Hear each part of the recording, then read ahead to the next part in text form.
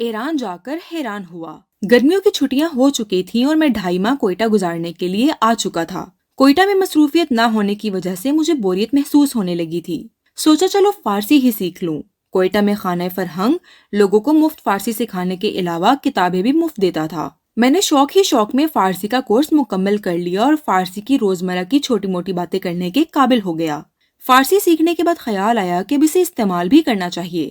گو کہ کوئٹہ میں فارسی بولنے والوں کی تعداد بہت زیادہ ہے، لیکن وہ کتابی فارسی بالکل نہیں بولتے۔ ایران کے شہر ابادان میں میرے تایا ممتاز حسین رہا کرتے تھے۔ وہ کئی بار مجھے ایران آنے کی دعوت دے چکے تھے۔ مجھے خیال آیا کہ کیوں نہ ایران کا سفر کیا جائے اور اس طرح ہمیں فارسی کے جوہر دکھانے کا موقع بھی مل جائے گا۔ اس سلسلے میں جب ابا جان سے اجازت مانگی تو میرے اکیلے ایران جانے کے بارے میں وہ قدرے فکر مند تھے، کیونکہ میں نے ابھی میٹرک کا امتحان دیا تھا۔ لیکن پھر امی کے کہنے پر انہوں نے مجھے ایران جانے کی اجازت دے دی۔ میری حفاظت اور دیکھ بھال کے پیش نظر ابا جان نے مجھے ریلوے پاکستان کے اپنے واقف کار آفیسر کے حوالے کر دیا اور اسے درخواست کی کہ وہ مجھے زاہدان تک بحفاظت پہنچا دے۔ میں نے سوچا کہ چونکہ میں یہ لمبا سفر اکیلا کروں گا تو دوران سفر اہم واقعات کو سفر نامے کے طور پر تحریر کر لوں گا۔ منگل کی صبح کو ٹرین کوئٹہ سے زاہدان کی طرف چلا کرتی تھی۔ زاہدان پہنچنے میں ٹرین کو تقریباً 2.5 دن لگتے تھے۔ یہی سفر اگر تیز گام نے اسلام آباد سے کراچی والے روٹ سے کرنا ہوتا تو شاید اس سے 12 گھنٹے درکار ہوتے تھے۔ اس سے آپ اندازہ لگا سکتے ہیں کہ ٹرین تقریباً 64 کی رفتار سے چلتی تھی۔ ٹرین کی رفتار کا اندازہ آپ اس بات سے بھی لگا سکتے ہیں کہ اگر سب سے پچھلی بوگی میں کسی کو پیاس لگتی تو وہ چلتی ٹرین کے ساتھ ساتھ دوڑتا ہوا پہلے ڈبے میں پہنچتا اور پانی پی کر آسانی سے اپنے ڈبے میں واپس پہنچ جاتا۔ ٹرین کوئٹہ سے روانہ ہونے کے بعد جیسے ہی تفتان کے قریب پہنچتی تو ریتیلا علاقہ شروع ہو جاتا۔ بعض اوقات تیز ہوا چلنے سے پٹری ریت میں گم ہو جاتی اور ٹرین کا عملہ ٹرین روک کر ٹریک کو صاف کرتا اور یوں کچھ گھنٹے انتظار کے بعد ٹرین دوبارہ روانہ ہوتی۔ یوں تو ٹرین ہر اسٹیشن پر رکتی تھی، لیکن کسی خاص مسافر کی درخواست پر انجن ڈرائیور اپنی مرضی سے بھی ٹرین روک دیتا اور وہ مسافر کسی جھاڑی کے پیچھے بیٹھ کر ہوائج ضروریہ سے فارغ ہوتا، تھوڑا سا آرام بھی کر لیتا اور پھر آرام سے ٹہلتا واپس آتا اور ڈرائیور دوبارہ ٹرین چلا دیتا۔ ڈبے میں چند لوگ ایسے بھی تھے جن کے سامان میں چند بکریاں اور ان کے لیے چارہ بھی تھا۔ شکل و صورت اور وضع قطع سے وہ ان بکریوں کے مالک نہیں لگتے تھے۔ یہ لوگ بظاہر بکریاں اور چارہ لے کر جاتے تھے، لیکن دراصل وہ اسمگلر تھے۔ اسی ڈبے میں کچھ انگریز بھی بیٹھے ہوئے تھے۔ تب تک میں ہر گورے کو انگریز ہی سمجھتا تھا، اور وہ بھی انگلینڈ کا۔ انہوں نے گندی نیکریں اور پھٹے ہوئے جوتے پہن رکھے تھے۔ ان میں سے کچھ نے سروں پر پٹیاں باندھ رکھی تھیں اور کچھ نے میلی کچیلی ٹوپیاں پہنی ہوئی تھیں۔ ایسا لگتا تھا کہ یہ صرف اپنی پیدائش پر ہی نہائے ہوں گے۔ ان کے جسم سے اور بکریوں سے اٹھنے والی بو نے پورے ڈبے میں ایک انتہائی ناقابل برداشت بسانت پھیلا رکھی تھی۔ لیکن ان تمام باتوں سے قطع نظر ان کا گورا ہونا اور انگریزی میں بات کرنا ہی مجھے متاثر کرنے کے لیے کافی تھا۔ ہم انگریزوں کی 200 سالوں کی غلامی کے بعد اب بھی کسی نہ کسی طرح ان کی شخصیت کے سامنے دب جاتے ہیں۔ اس کی بڑی وجہ ہمارے ذہنوں میں ہمارے بڑوں کی طرف سے سنائی جانے والی کہانیاں ہیں جو ان کی سخاوت، ایمانداری اور بہادری پر مشتمل ہوتی تھیں۔ انگریزوں کو ہمارے سامنے یوں پیش کیا جاتا تھا کہ گویا ان سے بہتر کوئی ہو ہی نہیں سکتا، جبکہ اگر حقیقت پسندی سے کام لیا جائے تو ان سے زیادہ منافع کوئی اور ہو ہی نہیں سکتا۔ انڈیا میں وہ تاجر بن کر آئے تھے اور مالک بن بیٹھے۔ میرے لیے اس گروپ میں شامل ہونا نہ صرف ضرورت بن چکی تھی بلکہ خواہش بھی۔ ضرورت اس لحاظ سے کہ 2.5 دن کا سفر گزارنے کے لیے میں کسی سے باتیں کر کے وقت گزارنا چاہتا تھا۔ خواہش یوں کہ ان 2.5 دنوں میں اپنی انگریزی کا امتحان بھی لینا چاہتا تھا۔ پہل انہوں نے مجھے نظر انداز کیا، لیکن پھر جب میں نے اس علاقے کے بارے میں معلومات اچھی انگلش میں پہنچائیں تو وہ کسی حد تک میرے قائل ہو گئے۔ تھوڑے ہی عرصے میں نے خود کو ان جیسا سمجھنا شروع کر دیا، حتیٰ کہ میں نے پھٹی ہوئی نیکر اور میلی سی بنیان پہن لی اور ایسا روپ دھارا کہ لوگ مجھے ان جیسا ہی سمجھنا شروع کر دیں۔ جب وہ انگریزی کے گانے گاتے تو میں بھی ان کا ساتھ دیتا۔ راستے میں جب چھوٹے چھوٹے اسٹیشنوں پر ٹرین رکتی اور لوگ ڈبے میں داخل ہوتے تو وہ عجیب نظروں سے مجھے دیکھتے۔ شاید وہ یہ سوچتے تھے کہ یہ والا انگریز دھوپ میں پھرتا رہا ہوگا۔ جب ٹرین ایک مقامی اسٹیشن پر رکی تو ہمارا ٹولہ ٹھنڈے پانی کی تلاش میں باہر نکلا۔ ٹھنڈا پانی تو کہاں، وہاں ٹھنڈی ہوا بھی میسر نہ تھی، لیکن قریب ہی ایک اسٹال پر ہمیں ٹھنڈی بوتلوں کے کریٹ نظر آئے۔ گوروں نے ایک لائن بنائی اور اپنی باری آنے پر جب گورا کسی بوتل کے لیے اشارہ کرتا تو اسٹال کا مالک اپنی انگریزی کا روب جھاڑنے کے لیے کہتا، "وٹ سر، وٹ ڈرنک؟" تو انگریز مسکرا کر اس سے فانٹا یا کوک مانگتا۔ میری باری پر میرے کان بھی وٹ سر اور وٹ ڈرنک سننے کے لیے بے چین تھے، لیکن اس شخص نے میری ساری امیدوں پر اس وقت پانی پھیر دیا جب اس نے مجھ سے پوچھا، "سر تسی کی پیو گے؟" اس طرح اس نے میرے خود ساختہ انگریز ہونے کا بھرم توڑ دیا۔ مجھے یوں لگا کہ میں ان کبوتروں میں ایک کوا تھا جسے پہچان لیا گیا تھا۔ مجھے دل ہی دل میں بڑی ندامت محسوس ہوئی۔ لیکن میں ڈھیٹ بن گیا اور اپنی خفت مٹانے کے لیے میں نے اس کی بات کا کوئی جواب نہ دیا اور زور زور سے گورو کے ساتھ انگریزی میں بات کرنے لگا۔ اس طرح سفر جاری رہا۔ تفتان کے قریب جب ٹرین 1 گھنٹے کے لیے ایک صحرا میں رکی اور ہم ٹرین سے باہر نکلے تو مجھے وہاں سے بہت سی سیپیاں ملیں۔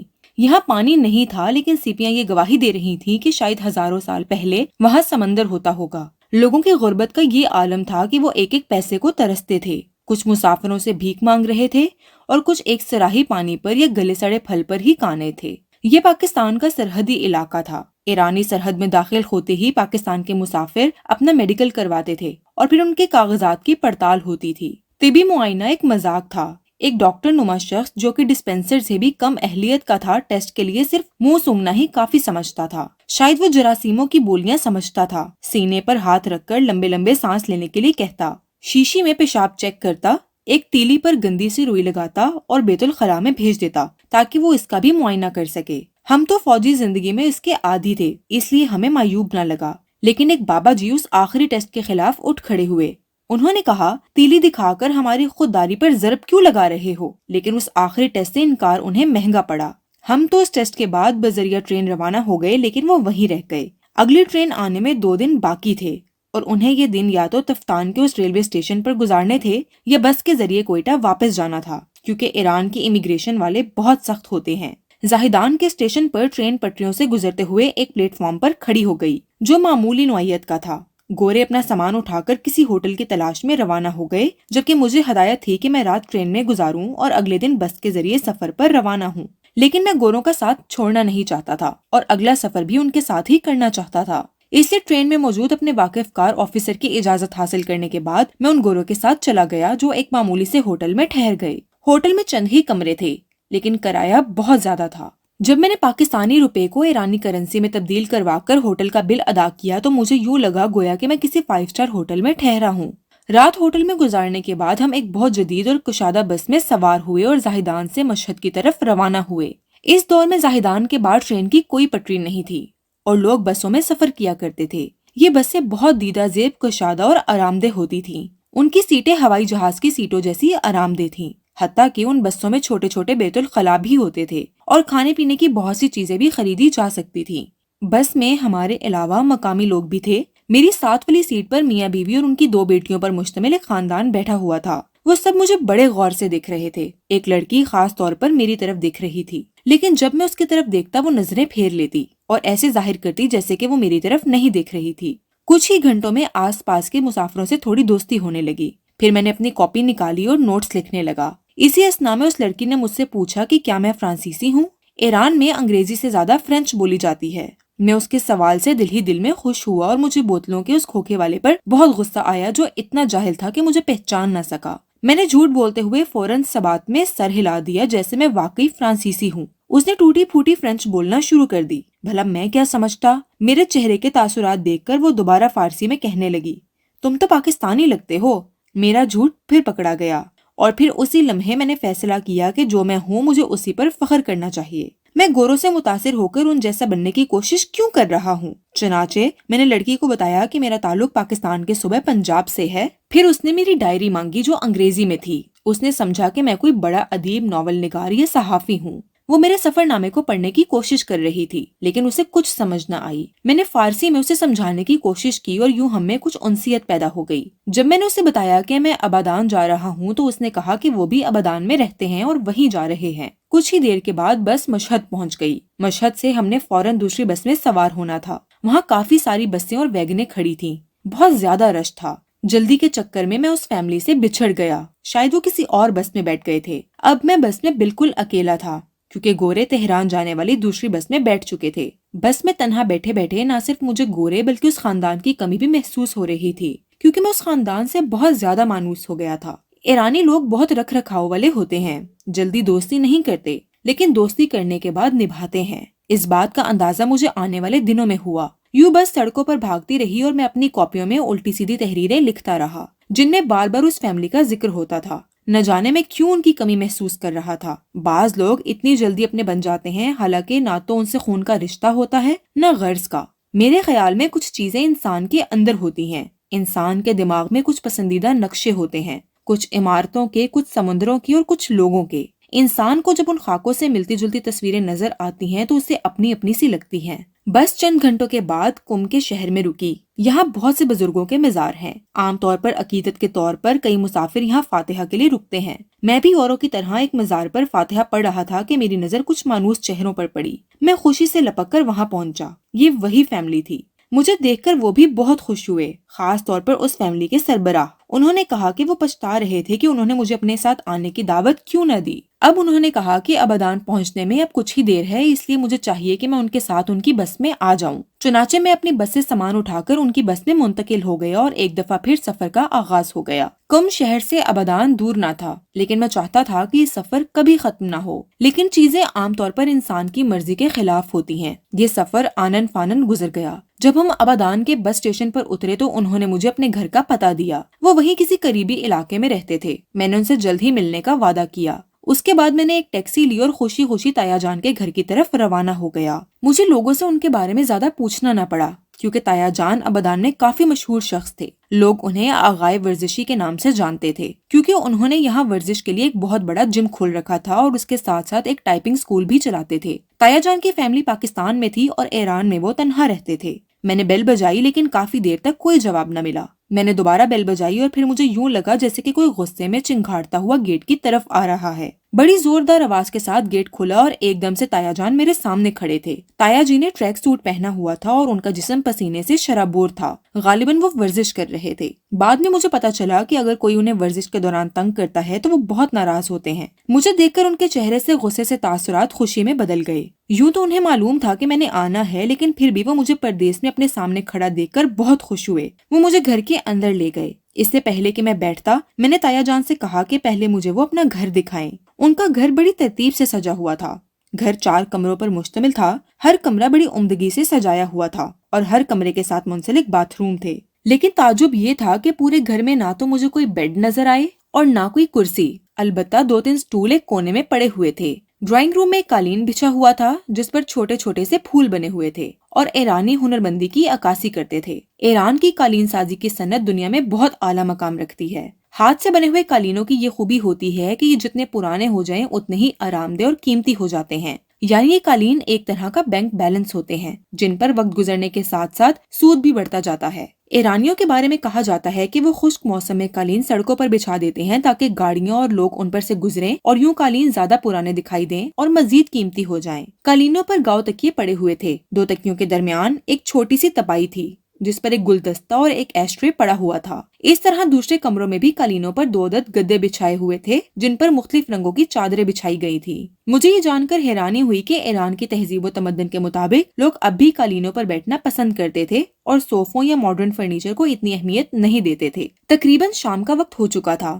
ہم نے چائے پی اور اس کے بعد تایا جی مجھے فوراً بازار لے گئے۔ فوراً بازار لے جانے کی ایک وجہ یہ بھی تھی کہ میں اپنی جس جین، بنیان اور قمیض کو ماڈرن سمجھ کر گھمنڈ کر رہا تھا، تایا جی کی نظر میں وہ بہت بےہودہ کپڑے تھے اور وہ یہ نہیں چاہتے تھے کہ ان کے دوست میرے بارے میں غلط تاثر قائم کریں۔ بازار میں نے 2 پینٹوں اور قمیضوں کا کپڑا پسند کیا اور تایا جان نے درزی کو زیادہ پیسے دیتے ہوئے تاکید کی کہ اگلے دن تک یہ کپڑے سل جانے چاہیے۔ اس کے بعد ہم نے ابادان کی سڑکوں کی سیر کی۔ میرے لیے اپنے ملک سے باہر جانے کا یہ پہلا اتفاق تھا۔ یوں تو ایران کے لوگ کافی حد تک پاکستانیوں سے ملتے جلتے ہیں، لیکن ان کا رنگ ہم سے زیادہ صاف ہوتا ہے۔ شاہ ایران کے زمانے میں ایران ایک آزاد خیال ملک تھا۔ سڑکوں پر جگہ جگہ شاہ ایران کی قداور تصاویر نظر آتی تھیں۔ شہر کے ہر چوک میں ایران کے پرچم لگائے گئے تھے اور سڑکیں یوں سجی تھی گویا کہ کوئی جشن منایا جا رہا ہو۔ تایا جان نے بتایا کہ یہاں کے بازار سارا سال ایسے ہی سجے رہتے ہیں۔ مجھے یہاں کے مردوں کی شکلیں اور قد و قامت تو پاکستانیوں کی طرح ہی لگا، جیسے پنجابی یا پٹھان ہو، لیکن ایران کی خواتین بالکل میموں کی طرح لگتی تھیں۔ ان کی رنگت، خد و خال، سنگھار اور کپڑے پہننے کا انداز بالکل ویسا ہی تھا جیسے انگلش فلموں میں ہم مغربی تہذیب دیکھتے ہیں۔ خواتین میں بے باکی اور اعتماد کوٹ کوٹ کر بھرا ہوا نظر آتا تھا اور انہیں میرے سوا کوئی اور آنکھیں پھاڑ پھاڑ کر نہیں دیکھ رہا تھا۔ مجھے 1-2 دفعہ اپنی حرکت پر ندامت بھی ہوئی۔ کبھی کبھار ان میں برقع پوش خواتین بھی نظر آتی تھیں۔ انہوں نے اس طرح نقاب اوڑے ہوئے تھے کہ نقاب میں سے صرف ان کی آنکھیں نظر آ رہی تھیں۔ یوں ہم سیر کے بعد گھر آ گئے، کھانا کھایا اور بہت سی باتیں کی۔ میں بار بار اپنی جیب میں رکھے اس پتے کو پڑھتا جو بس والی فیملی نے مجھے دیا تھا۔ میں سوچتا کہ کیا یہ اچھا لگے گا کہ میں تایا جان سے کہوں کہ وہ مجھے وہاں لے جائیں۔ جب انہیں پتا چلے گا کہ میں نے راستے میں یہ دوستی بنائی ہے تو شاید وہ برا منائے اور ان کی رائے میرے بارے میں خراب ہو جائے۔ اتنے میں تایا جان کا ایک دوست گھر آیا جو تایا جان کے کہنے پر مجھے شہر کی سیر کروانے کے لیے آیا تھا۔ اس نے مجھے اگلے دن سیر کروانا تھا۔ وہ 30-32 سال کا بہت جلد گھل مل جانے والا شخص تھا۔ اسے انگریزی پر بھی عبور حاصل تھا اور کچھ اردو بھی آتی تھی۔ وہ اگلے دن صبح 10 بجے آنے کا وعدہ کر کے چلا گیا۔ میں دوسرے دن کا انتظار کرتے کرتے سو گیا۔ اگلے دن صبح 10 بجے تک میرے کپڑے بھی سل کر آ گئے تھے۔ میں کپڑے پہن کر اس کے ساتھ گاڑی میں بیٹھا اور ہم سیر کے لیے روانہ ہوئے۔ میں نے اس سے خواہش کا اظہار کیا کہ میں کچھ لوگوں سے ملنا چاہتا ہوں۔ اسے میں نے پتہ دکھایا۔ وہ اس علاقے کو جانتا تھا۔ اس نے کہا اب تو کافی دیر ہو گئی ہے اور علاقہ بھی دور ہے، اس لیے وہ مجھے اگلے دن ان لوگوں سے ملوانے کے لیے لے جائیں گے۔ میں اس کے وعدے سے مطمئن ہو گیا اور مجھے ابادان کی سڑکیں اور بھی حسین لگنے لگیں۔ دوپہر کا کھانا کھانے کے لیے ہم ایک ہوٹل پہنچے۔ میرے میزبان نے مجھے چلو کباب کھانے کی دعوت دی۔ اس کے مطابق چلو کباب ایران کی شناخت سمجھے جاتے ہیں اور ایرانیوں کی من پسند خوراک ہیں۔ چاولوں کے ساتھ چلو کباب کھانے کے بعد مجھے اندازہ ہوا کہ وہ واقعی ایک مزیدار ڈش تھی۔ کھانے سے فارغ ہو کر ہم نے کچھ اور جگہ دیکھی اور تقریباً 4 بجے گھر پہنچے۔ میں نے تایا جی کو سارے واقعات سنائے اور انہیں بتایا کہ کل پھر میں انہی کے ساتھ جاؤں گا، لیکن انہوں نے مجھے بتایا کہ انہوں نے کل کچھ دوستوں کو بلایا ہے، اس لیے میں پرسوں چلا جاؤں۔ میرا دھیان اس خاندان کی طرف لگا ہوا تھا۔ میں زیادہ اصرار نہ کر سکا اور سو گیا۔ دوسرے دن میرے اٹھنے سے پہلے ہی مہمان آ چکے تھے۔ ان میں تایا جی کے کچھ ایرانی دوست اور ایک پاکستانی دوست بھی شامل تھا۔ میں مہمانوں سے مختلف موضوعات پر باتیں کر رہا تھا، لیکن میرا سارا دھیان اسی فیملی کی طرف تھا۔ میں یہی سوچ رہا تھا کہ کاش یہ مہمان نہ آتے۔ دوسرے دن صبح کے وقت میں نے کھڑکی سے باہر جھانکا تو سامنے برآمدے میں ایک تار پر مجھے اپنے کپڑے لٹکے نظر آئے۔ ملازم نے انہیں دھو کر سوکھنے کے لیے پھیلایا ہوا تھا۔ میں فوراً کپڑوں کی طرف بھاگا کیونکہ اسی پینٹ کی جیب میں اس خاندان کا پتہ تھا۔ جب میں نے پینٹ کی جیب چیک کی تو ایک بھیگا ہوا کاغذ ملا جس کی سیاہی دھل چکی تھی اور میری تمنا مایوسی میں بدل چکی تھی۔ ابادان اب مجھے پھیکا پھیکا لگ رہا تھا۔ اب مجھے کسی چیز میں مزہ نہیں آ رہا تھا۔ ایران آ کر میں حیران تھا کہ زندگی میں پہلی مرتبہ جذباتی کیفیت کی موجودگی کا احساس ہوا۔ مجھے لگا میں اب چھوٹا نہیں بلکہ بڑا ہو گیا ہوں۔ 7ویں دن میں نے پاکستان جانے کی اجازت لی۔ وہ چاہتے تھے کہ میں مزید رکوں، لیکن 7 دنوں میں نے تقریباً سارا ابادان دیکھ لیا تھا۔ ابادان کا شہر سمندر کے کنارے آباد ہے۔ تایا جان وہاں 15 سال سے رہ رہے ہیں۔ وہ صبح اٹھ کر ورزش کرتے اور پھر اسکول جاتے، واپس آ کر شام کو پھر ورزش کرتے اور دوسروں کو سکھاتے۔ اس کے بعد شام کو دوستوں کی محفل جمتی اور رات کو بے فکری سے سو جاتے۔ میں نے جب واپس جانے کی بات کی تو انہوں نے مجھے روکا، لیکن پھر میرے اصرار پر مجھے واپسی کی اجازت دے دی۔ انہوں نے مجھے تہران جانے والی ایک بس میں بٹھا دیا۔ تایا جان نے مجھے ہدایت کی کہ میں تہران میں ان کے دوست سے ملوں۔ میں ان کے بتائے ہوئے پتے پر پہنچا۔ نصیر انکل اپنی فیملی کی ہمراہ بہت عرصے سے ایران میں مقیم تھے اور ان کی 2 بیٹیاں اور 2 بیٹے تھے۔ وہ ایران کے ایک مہنگے علاقے میں رہتے تھے۔ پورے خاندان نے مجھے بہت خوشگوار انداز میں خوش آمدید کہا۔ وہ مجھے تہران کی اہم جگہیں دکھانا چاہتے تھے، لیکن میری خواہش تھی کہ میں یہ جگہیں خود دیکھوں، کیونکہ جب میزبان ساتھ ہو تو آپ ان کے رحم و کرم پر ہوتے ہیں۔ لیکن انہوں نے میری ایک نہ مانی اور انہوں نے نہ صرف مجھے تہران کی سیر کروائی بلکہ مجھے شاپنگ بھی کروائی۔ میں ان کے خلوص سے بہت متاثر ہوا۔ اگلے دن میں نے ان سے اجازت لی، لیکن واپس جانے کے بجائے میں ایک ہوٹل میں ٹھہر گیا۔ تہران کی سیر سے ابھی میرا دل نہیں بھرا تھا۔ میں بہت سی جگہوں پر گیا اور خوب سیر کی۔ کبھی کسی ٹیکسی پر بیٹھ جاتا اور کبھی پیدل ہی چلنا شروع کر دیتا۔ پاکستان کے برعکس ایران میں ٹیکسی مہنگی سواریوں میں شمار نہیں ہوتی۔ ایک ہی سمت میں جانے والے بہت سے مسافر ایک ہی ٹیکسی میں بیٹھ جاتے ہیں اور کرایہ میں شریک ہو جاتے ہیں۔ پیٹرول سستا ہونے کی وجہ سے کرائے بہت کم تھے۔